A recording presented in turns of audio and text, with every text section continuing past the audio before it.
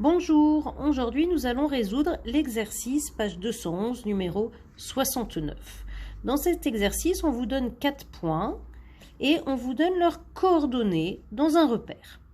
Et on vous demande quelle est la nature du quadrilatère PSTF.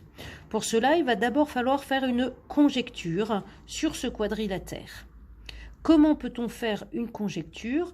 Tout simplement en traçant un repère et en plaçant ces points dans ce repère afin d'observer à quoi ressemble ce fameux quadrilatère. Alors, moi, je l'ai tracé ici.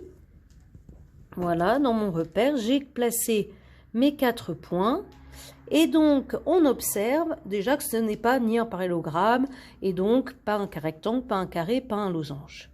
Qu'est-ce qu'il peut avoir de particulier? Eh bien, ces deux droites, elles semblent bien parallèles.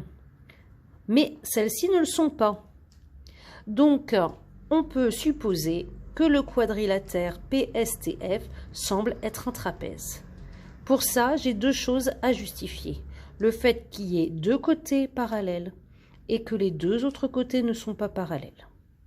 Je vais utiliser la condition de collinéarité. Donc, je vais calculer les coordonnées du vecteur PS et FT. PS et FT, voilà.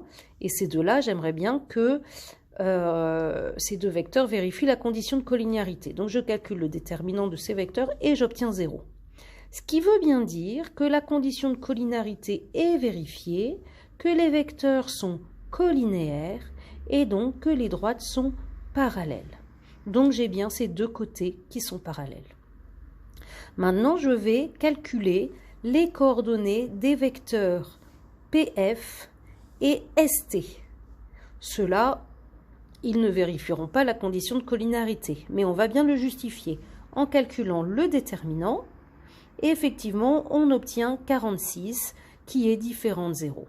Ce qui veut bien dire que ces deux vecteurs ne vérifient pas la condition de collinéarité, donc que ces deux vecteurs ne sont pas collinéaires, et donc que les deux droites ne sont pas parallèles.